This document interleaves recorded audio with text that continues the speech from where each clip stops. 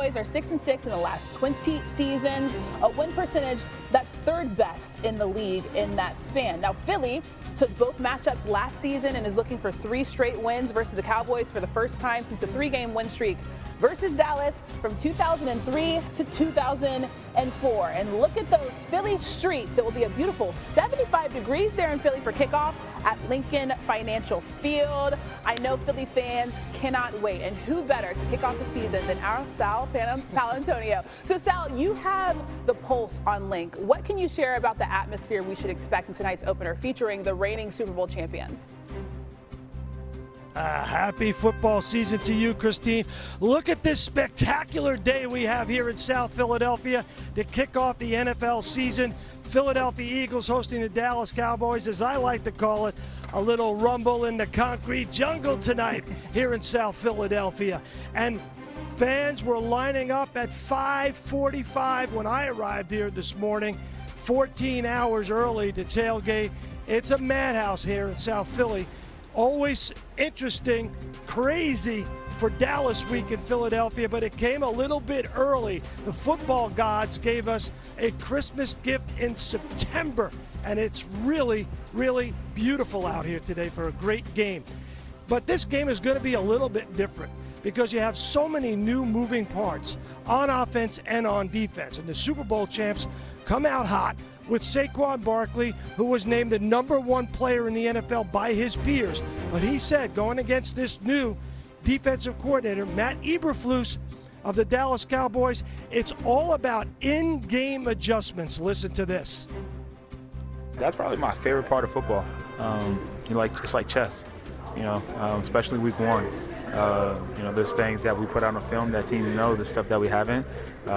They got a whole new defensive coordinator over there. So you got the challenge of what they're going to present to us, what they're going to do.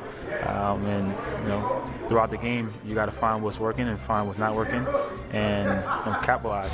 That's just probably my favorite part is the figuring each other out, especially in the run game, how they attack the run game and knowing when and where to take that cut and, how to set up the run, the big one, for later or early on in the game. If Matt Eberflus tries to do what Steve Spagnuolo did in Super Bowl 59, stack the box to stop Saquon Barkley, that's when Jalen Hurts has to operate the deep ball to Devontae Smith and beat him in the passing game. It's all about that pre-snap chess match between Jalen Hurts and the Dallas Cowboys defense. And I couldn't disappoint Matt Barry. I had to do it, Christine. There is the headline in the new Philadelphia Daily News. There it is. You got it on camera. There it is. Lurie remains a step ahead of Jerry Jones. That's for you, Matt Barry. I knew you had to have a newspaper headline this afternoon. I don't know if you can hear him, but he's clapping. No. Sal Paolantonio knows exactly what I'm doing. That's my guy on a game day. Season opener, Sal with the paper in Philly. That just lights my football wick. So did Jason McCourty and our betting analyst, Joe Fortenbaugh. Let's start with the football. Nice eagle green.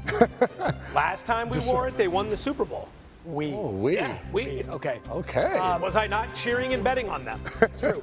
They refuse to call themselves defending champs. They believe that they're going to start this thing over. So what do you want to see from this version of the Eagles tonight when they open the season? Oh, I'm looking completely at Jalen Hurts. He's the guy I have my eyes on. And he always has some cool quote or something to say. And he said, contribution over getting the accolades and everyone talking about you. And that has been Jalen Hurts this offseason. We're having debates whether he's a top 10 quarterback in the NFL. Is he a product of the system and the weapons around him? The hell with all that. Jalen Hurts was a Super Bowl MVP. The last time he was in the Super Bowl, he outplayed Patrick Mahomes. I think this guy takes his game to a completely different level this year with everything you're talking about, man. Before we get to the betting market with him, I do want to ask, though, because everyone talks about Super Bowl fatigue. Yeah. You win, you get to the top of the mountain. Are you concerned about that at all with the Eagles? I'm not, and I think a lot of it starts with the guy under center and Jalen Hurts. And when you think about how he's been since they won that game, not putting the ring on, just being a maniac about the preparation and the journey, I think he's going to have them in the driver's seat and ready to go. As for the quarterback tonight, Fortenbaugh, interesting betting market that you found in this one.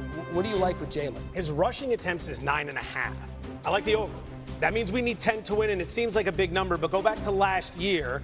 Hurts found himself running the ball at least 8 times in 13 of 15 regular season starts. He's got a really high floor, but we still need to get a couple more in there to put this over the top. Enter the defense, the Dallas Cowboys, one of the worst in the business. Nobody gave up more rushing yards to opposing quarterbacks last season. They gave up the 4th most rushing attempts last season. And remember, kneel downs count. Right. So if Philadelphia is winning this game late and they're kneeling it down, that's a rushing attempt. Tush push, which we might see. Yep. That's a rushing attempt as well, obviously. That just seems, we were talking before we came, it just seems like a lot for a quarterback. I mean, you need to hit 10 to win this thing. But it's something that he consistently is putting up at least 8, 9. He's in that wheelhouse. This actually opened 8.5 and got bet up. It was a popular bet amongst some of the guys in the know. It is. Look, tush push, we know it's one of their things. Kneel downs, you could get it at the end of the half, end of the game. This will be a fun one to watch. So you like the over with this one? Yeah, absolutely. In terms of this bet, we're going over. And at least for his sake, Christine, Jalen Hurts, he won't be running away from Micah Parsons tonight. That's good news for him, right? Yeah, it is. Let's get to the Dallas side of things because Micah Parsons' 52.5 sacks since entering the NFL in 2021 are more than the combined total of the next 3 closest Cowboys players in that time frame. The top 3 players on that list are no longer in Dallas. Joining us now is our Cowboys reporter, Todd Archer. So, Todd, as Dallas gets ready to officially begin life without Micah, they have a huge test tonight for Brian Schottenheimer and new DC Matt Eberflus making their regular season debut. So what exactly is the plan to replace Parsons' production?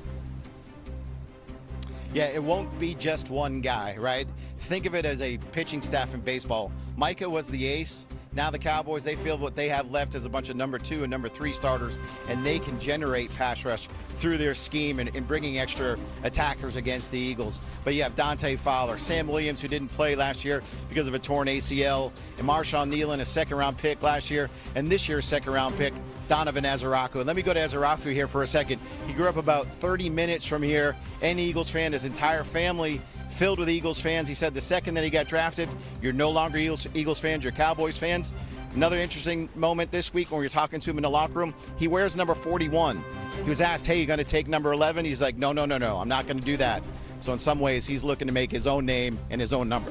Yeah, so some big shoes to fill there for that defense. One thing that Dallas can look forward to, Dallas fans can, is the offense. Dak, CeeDee Lamb, and George Pickens playing together on the field for the first time. What more can you share about the trio's unveiling? Yeah, they didn't play a snap together here in the preseason. That was by design. Brian Schottenheimer said he really only unveiled a 7-iron during the preseason. Now, when I golf, I like to hit the driver on the range so I know where it's going to go.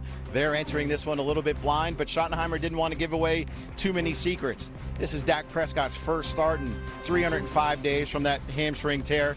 And in 9 games against the Eagles, Lamb, he's got 50 catches, 647 yards, and 4 touchdowns. And for Pickens, he's a guy with 150 catches. He's the only receiver since 2022 to average 16 yards per catch. So the Cowboys feel confident they'll be able to make some plays. And I'll go to one more Dak Prescott stat. His last 5 starts against the Eagles, 16 touchdowns, 1 interception. He is 1-2 against Vic Fangio, and this will be his first start against Fangio when Fangio's been in Philadelphia. All right, very excited to see Dak back on the field. We haven't seen him since November, as you mentioned. Todd, appreciate the time. Thank you. By the way, a golf analogy used in football, that's right up my alley. Cordy and Fortenbaugh are back. So, Jason, listen, there's skill there. Yes. Quarterback's good. CeeDee Lamb is good. When Pickens is on, he's good. How do you get this trio going?